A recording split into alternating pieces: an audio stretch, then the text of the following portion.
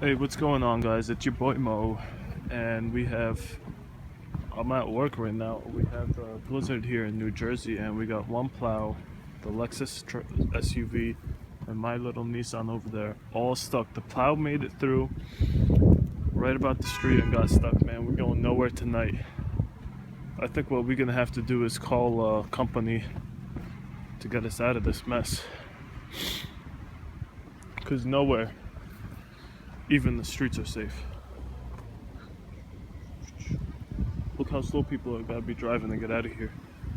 Nothing, man. Every single car we possibly got stuck. Even the neighbors down there. Stuck. No good. Car drove fine here. Got stuck as soon as I parked it. Look at her over there.